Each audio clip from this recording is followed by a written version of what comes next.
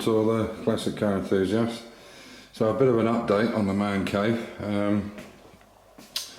Just want to show you what we're up to. So the XK now will take all this frame off because we've run the car and we know everything mechanically is sound on it.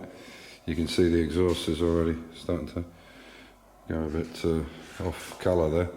So we'll take all the frame off, the radiator off, and then we're going to put it underneath the XK, bolt it to the chassis with, it's got aluminium shims and fibre shims, and then we can re-put the tonneau back on it and we know it's straight.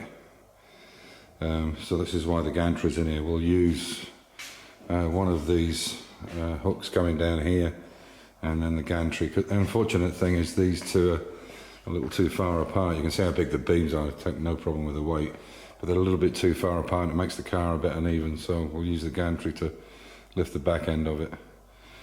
So we'll get that under there. Once that's under and it's bolted up, we can take the whole car down to the lower garage to start welding. These are all the parts for the golf car, the golf track day car. And apparently there's a race we can go to in September, which is a 10-kilometre hill climb. So we want to get it ready for that for sure. So that's all the bits to go back on it. There's the rear gas shocks. Obviously these are just the normal ones, which will be coming off. So I say we had a good old tidy up. Mini's back under its cover. They're really nice, these Cooper felt ones. They're kind of like a really nice material, but they fit beautifully to the car. The E-Type, I'm still waiting for some shims to come. The other thing is that guillotine and that lathe is going, next time I bring the trailer up I'm going to take them down to the lower garage because they'll need restoring, sandblasting and restoring or whatever.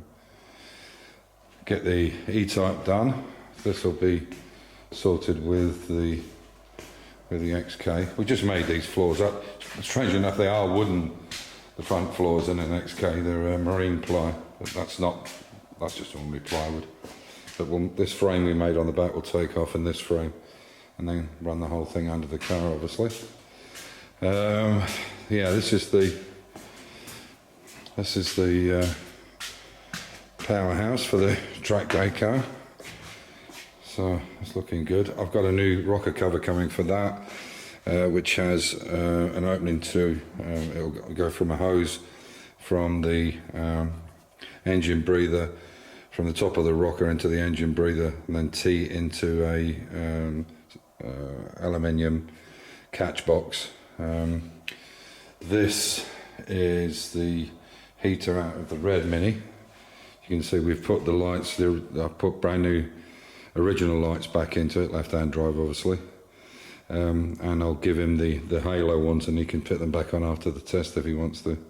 But everything's running on that now. We're just waiting for a few items to come from Mini Spares and Mini Sport, because Mini Spares didn't have some of them, so hopefully we'll get them Friday, but I'm not going to hold my breath on that one. Yeah, so we're pretty much there. The reason what's wrong with the heater is the matrix is buggered, so I had to get a heater matrix for that. And a few other little bits of it. I think that's it. We're pretty good. We've put these wheels on the red Cooper.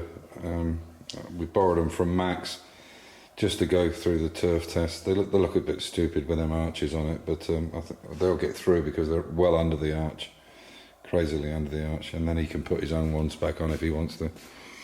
And then we'll go from there. So yeah, but hopefully if we can get all the parts for that by Friday, we could take it on Sunday up to Vienna and say goodbye to it.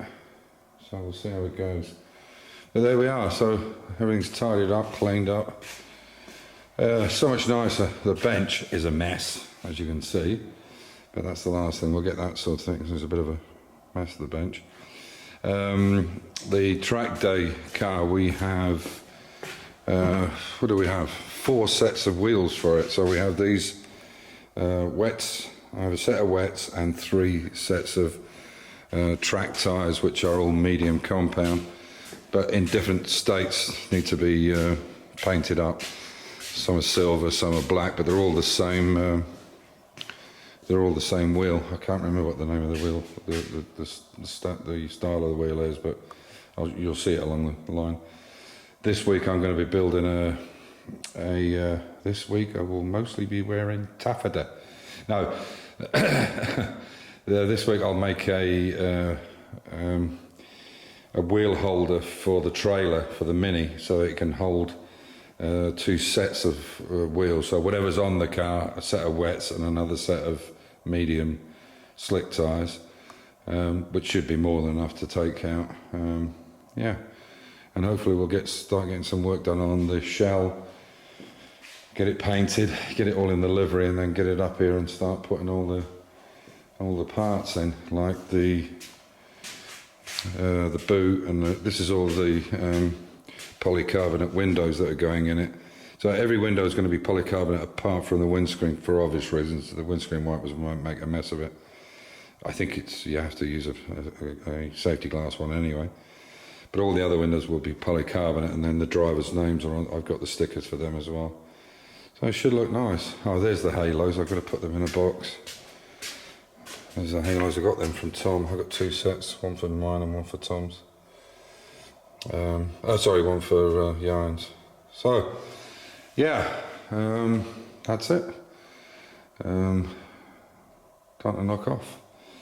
So I'll show you another bit of an issue that Lewis had with his exhaust, his manifold, and I'll just put that clip in now and then I'll end the video. So this is Lewis's exhaust, and you can see here what's actually caused that is the inner CV, the pop joint. Unbelievably, it hasn't broken through, but it's heated the metal so much that it's pushed it. You can see it's the depth of it in there. Unbelievable, never seen anything like it. So what we're going to do is cut this out and put a new piece of metal into it. That's unbelievable though, isn't it? How long do you think that's been like that? 500 kilometres? It's 500 k's to get it like that. But it's unbelievable that it hasn't broken through. So what we'll do is we'll cut it out now and put a piece in it and MIG it in. And then see how it looks. So this is Lewis's manifold now, so that's the new piece in it. And there's the old piece, and what he's going to do with that, beautifully done where the heat has made it bend inside, and so you can see it hasn't punctured it, it's perfectly round. So what he's going to do is he's going to take the corners off that and use it as a key ring. It's a reminder to not make sure the exhaust is on correctly, yeah? There you go. One day, yeah. That'd be nice, that, just file it off. Yeah. I mean, that's got to be the most unique key ring I can think of. Look at that. That's something else. The back is what's amazing to me, that it's deformed that steel and never punctured it. How good's that? That's a Manaflow. Oh, one of the things I forgot to mention was we've put these LEDs in here now, 4 of them. I've got another 2 to put in. I think you can see there the difference between that LED and the one further up, which is just a standard one. So the 4 of them are sat there. I'll get some more. The difference in the brightness in here is incredible. So those ones are going to go into the tent garage that we've got, and that one will come down, and that one probably not replace that because it's not really needed, but we'll put one there and one on the other side of the ramp. But the difference between that, well, I mean, just the light in here is unbelievable. And with the non-LEDs, they take forever to power up and come really bright. You've got to leave them on for ages. But I think you can see the massive difference there between one and the other. That one there and that one there is huge. So yeah, I just forgot to mention, that's what I was going to do the video about, changing these to all LED. But look at the brightness in here now. It's unbelievable, which is great.